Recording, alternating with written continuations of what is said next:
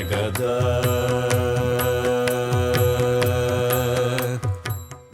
ಓಂ ನಾರಾಯಣ.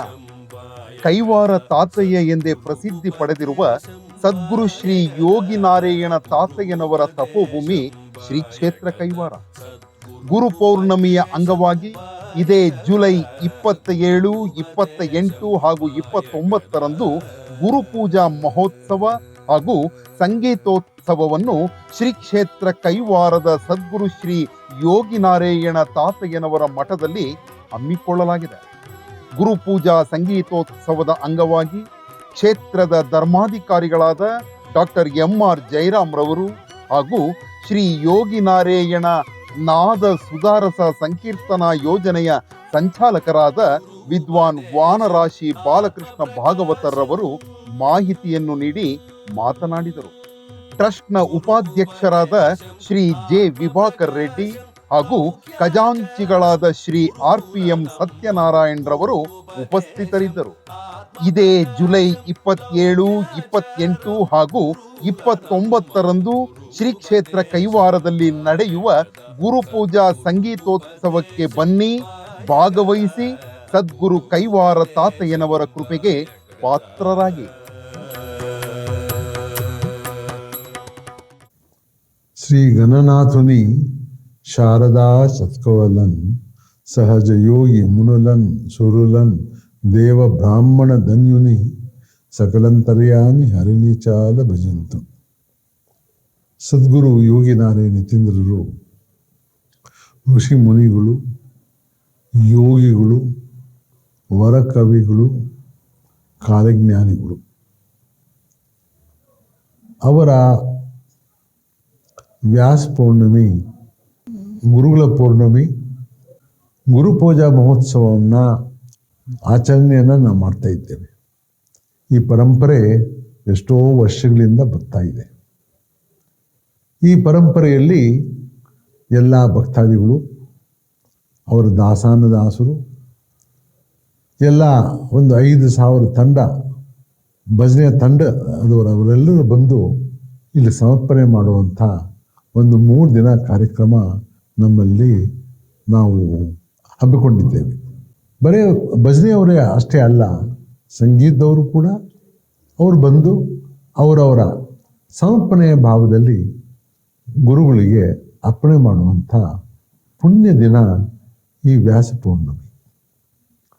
ನಾಟ್ಯ, ಹರಿಕತೆ, ನಾದಸ್ವರ ಎಲ್ಲರೂ ಯಾವ ಆ ಒಂದು ಕಲ್ಚರಲ್ ವಿದ್ಯೆಯನ್ನು ಕಲಿತಿದ್ದಾರೋ ಎಲ್ಲವೂ ಕೂಡ ಸಮರ್ಪಣೆಯ ಭಾವದಲ್ಲಿ ಬಂದು ಈ ಒಂದು ಕ್ಷೇತ್ರದಲ್ಲಿ ಅವರಿಗೆ ಸಮರ್ಪಣೆಯನ್ನು ಮಾಡ್ತಾ ಇದ್ದಾರೆ. ಇದೇ ಜುಲೈ ತಿಂಗಳು 27, 28, 29ನೇ ತಾರೀಕು 3 ದಿನ ಈ ಸಮರ್ಪಣೆ ನಡೀತಾ ಬರ್ತಾ ಇದೆ. ತಾವೆಲ್ಲರೂ ಕೂಡ ಬಂದು ಗುರುಗಳಿಗೆ ಅರ್ಪಣೆಯನ್ನು ಮಾಡುವಂಥ, ಭಕ್ತಿಯಿಂದ ಅವರಿಗೆ ಸಮರ್ಪಣೆ ಮಾಡುವಂಥ ಒಂದು ಸಂಪ್ರದಾಯ ನಾವು ಸನಾತನ ಧರ್ಮದಲ್ಲಿ ಮಾಡ್ಕೊಂಡು ಬಂದಿದ್ದೇವೆ. ಎಲ್ಲರೂ ಬಂದು ಇದಕ್ಕೆ ಭಾಗಿಯಾಗಿ ಅವರ ಎಲ್ಲ ದಾಸಾನುದಾಸರು ಬಂದು ಆವತ್ತಿನ ದಿವಸ ಗುರುಗಳಿಗೆ ಅರ್ಪಣೆ ಮಾಡೋದಕ್ಕೆ ನಾವೆಲ್ಲ ವಿನಂತಿಸುತ್ತೇವೆ. ಗುರುಪೂಜಾ ಸಂಗೀತೋತ್ಸವ ಕಾರ್ಯಕ್ರಮದಲ್ಲಿ ಭಾಗವಹಿಸಿ ಸದ್ಗುರು ತಾತಯ್ಯನವರ ಕೃಪೆಗೆ ಪಾತ್ರರಾಗಬೇಕು ಅಂತ ನಾನು ಕೇಳ್ಕೊತಾ ಇದ್ದೇನೆ. ಸದ್ಗುರು ಯೋಗಿ ನಾರಾಯಣ ತಾತಯ್ಯನವರ ಕೃಪೆಯಿಂದ ಪೂಜ್ಯ ಧರ್ಮಾಧಿಕಾರಿಗಳು ಕೈವಾರ ಕ್ಷೇತ್ರಕ್ಕೆ ಬಂದು ಸದ್ಗುರುಗಳ ದಾಸಾನುದಾಸರಾದ ಮೇಲೆ ಮೊಟ್ಟ ಮೊದಲಿಗೆ ಈ ಗುರುಪೂಜಾ ಸಂಗೀತೋತ್ಸವವನ್ನು ಪ್ರಾರಂಭ ಮಾಡಿದರು. ಮೊದಲಿನಿಂದಲೂ ಕೂಡ ಕ್ಷೇತ್ರದಲ್ಲಿ ಆರಾಧನಾ ಮಹೋತ್ಸವ ಬಹಳ ಭಕ್ತಿಪೂರ್ವಕವಾಗಿ ಮುತ್ತಾರ್ಯರ ಕಾಲದಿಂದಲೂ ಕೂಡ ನಡೆದುಕೊಂಡು ಬಂದಿತ್ತು. ಆದರೆ ಗುರುಪೂಜಾ ಕಾರ್ಯಕ್ರಮ ನಡೆದಿರಲಿಲ್ಲ. ಪೂಜ್ಯ ಧರ್ಮಾಧಿಕಾರಿಗಳು ಕ್ಷೇತ್ರಕ್ಕೆ ಬಂದ ನಂತರ, ಅವರು ದಾಸಾನುದಾಸರಾದ ನಂತರ, ಧರ್ಮಾಧಿಕಾರಿಗಳಾಗಿ ಪ್ರಮಾಣ ಸ್ವೀಕಾರ ಮಾಡಿದ ನಂತರ ಈ ಗುರುಪೂಜಾ ಸಂಗೀತೋತ್ಸವವನ್ನು ಪ್ರಾರಂಭ ಮಾಡಿದರು. ಸುಮಾರು ಇದು 26 ವರ್ಷಗಳಾಗ್ತಾ ಬಂತು. ಈ ಒಂದು ಕಾರ್ಯಕ್ರಮದಲ್ಲಿ ಇದೇ ಜುಲೈ ಮಾಸ 27, 28, 29 3 ದಿನಗಳು ಸತತವಾಗಿ 72 ಗಂಟೆಗಳ ಕಾಲ ನಡೀತಕ್ಕಂಥ ಈ ಗುರುಪೂಜಾ ಸಂಗೀತೋತ್ಸವ ಬಹಳ ಪ್ರಖ್ಯಾತವಾಗಿ ಕಾಣ್ತಾ ಇದೆ. ಇದರಲ್ಲಿ ಭಾಗವಹಿಸ್ತಕ್ಕಂಥವರು ಎಲ್ಲ ಸಂಗೀತಗಾರರು, ಮುಖ್ಯವಾಗಿ ಒಂದು 5,000 ಮಂದಿ ಭಜನಾ ತಂಡಗಳು, ಅಷ್ಟೇ ಅಲ್ಲದೆ ಪಿಟೀಲು ವಾದಕರು, ಮೃದಂಗ ವಾದಕರು, ಕಂಜರ ವಾದಕರು, ವೀಣಾ ವಾದಕರು ಮತ್ತು ವಿಶ್ವವಿಖ್ಯಾತ ಜನಪ್ರಿಯ ಗಾಯಕರು,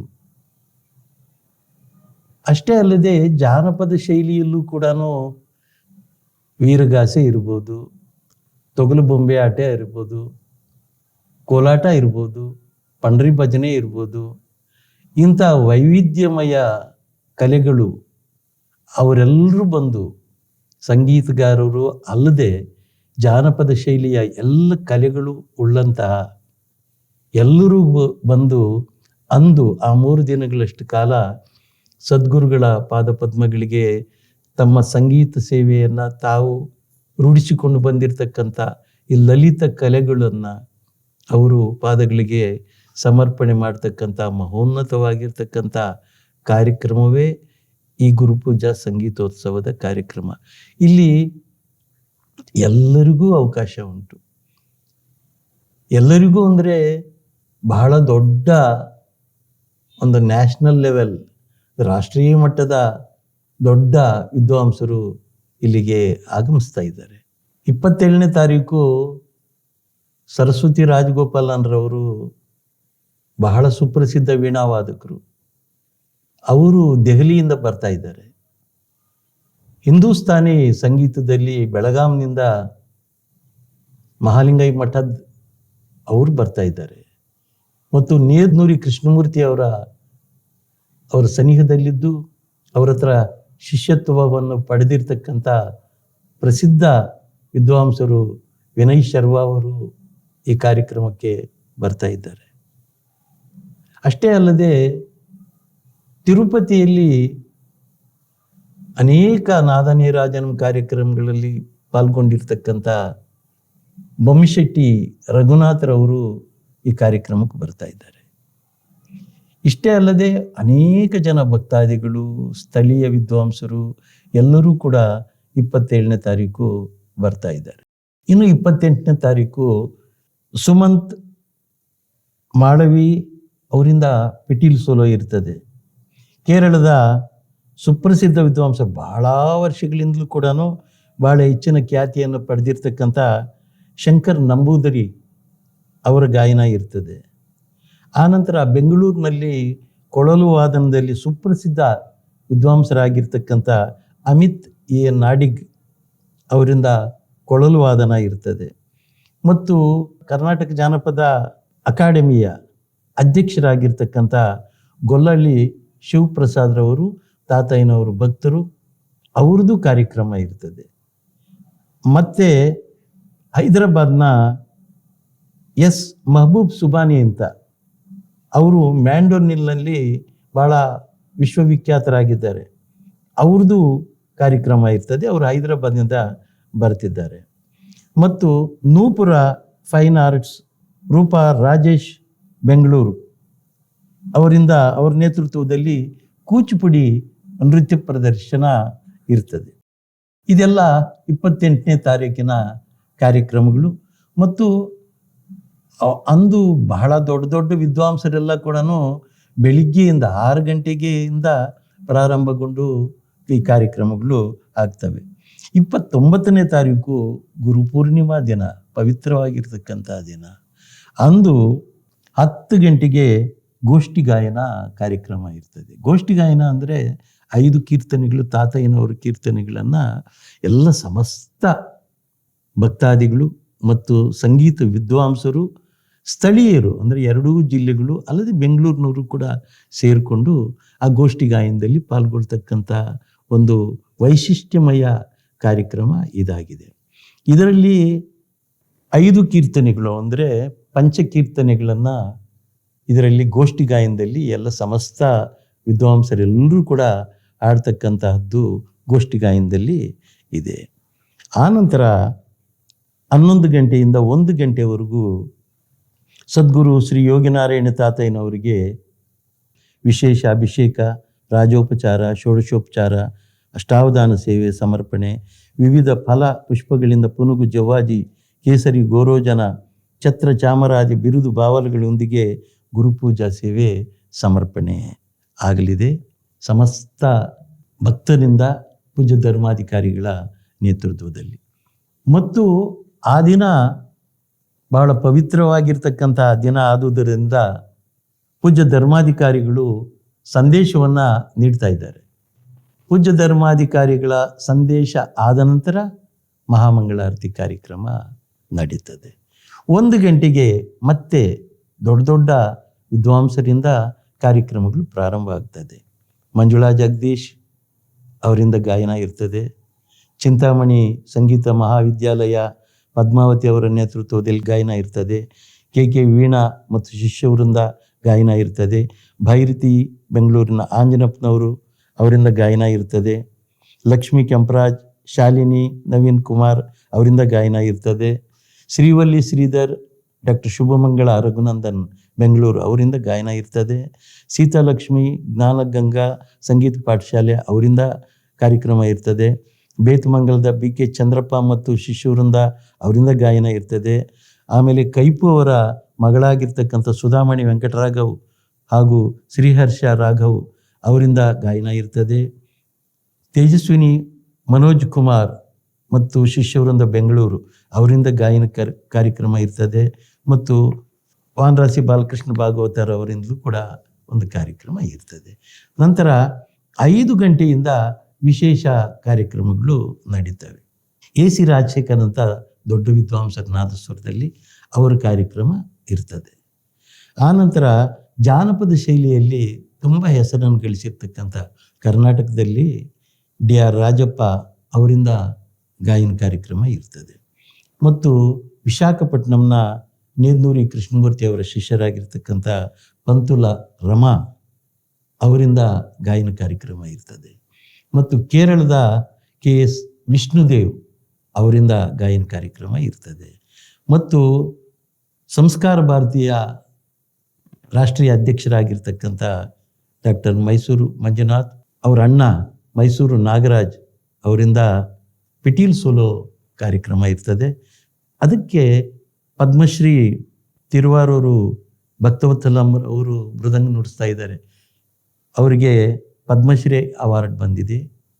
ದೊಡ್ಡ ವಿದ್ವಾಂಸರು, ನಮ್ಮ ದೇಶ ವಿದೇಶಗಳಲ್ಲೇ ತಿರುವಾರೂರು ಭಕ್ತವತ್ಸಲಂ ಅವರು ತುಂಬ ಸಂತೋಷದಿಂದ ಈ ಕಾರ್ಯಕ್ರಮಕ್ಕೆ ನಾನು ಬರಬೇಕು ಅಂತ ಅವರು ಇಚ್ಛೆ ಪಟ್ಟಿದ್ದಾರೆ. ಮತ್ತು ತಿರುಚಿಯ ಕೃಷ್ಣಸ್ವಾಮಿ ಘಟಂ ಬರ್ತಿದ್ದಾರೆ. ರಾಜಶೇಖರ್ ಅವರು ಮೋರ್ಸಿಂಗ್ ನುಡಿಸ್ತಿದ್ದಾರೆ.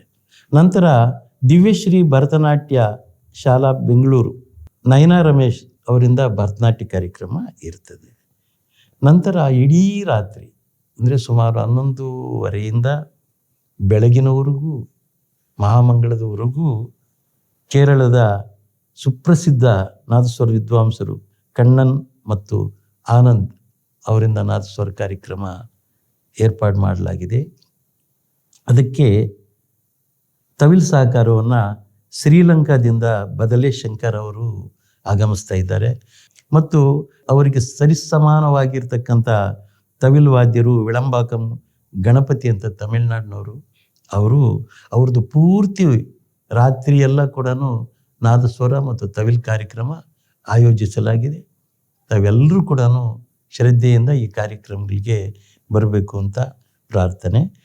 ಅಷ್ಟೇ ಅಲ್ಲದೆ ನಾನು ಆಗಲೇ ಹೇಳಿದಾಗೆ ಎಲ್ಲ ಸಂಗೀತಗಾರರು, ಭಜನೆಯವರು, ಕೋಲಾಟದವರು, ಪಂಡ್ರಿ ಭಜನೆಯವರು, ಆಮೇಲೆ ತೊಗಲು ಬೊಂಬೆಯವರು, ವೀರಗಾಸೆಯವರು, ಅನೇಕ ವೈವಿಧ್ಯಮಯ ಕಲೆಗಳುಳ್ಳ ಪಾಂಡಿತ್ಯವುಳ್ಳ ವಿದ್ವಾಂಸರು ಎಲ್ಲರೂ ಕೂಡ ಈ ಒಂದು ಕಾರ್ಯಕ್ರಮದಲ್ಲಿ ಬಂದು ಭಾಗವಹಿಸಿ ಸದ್ಗುರುಗಳ ಪಾದಪದ್ಮಗಳಿಗೆ ತಮ್ಮ ಸಂಗೀತ ಸೇವೆಯನ್ನು ಸಮರ್ಪಿಸಲಿದ್ದಾರೆ.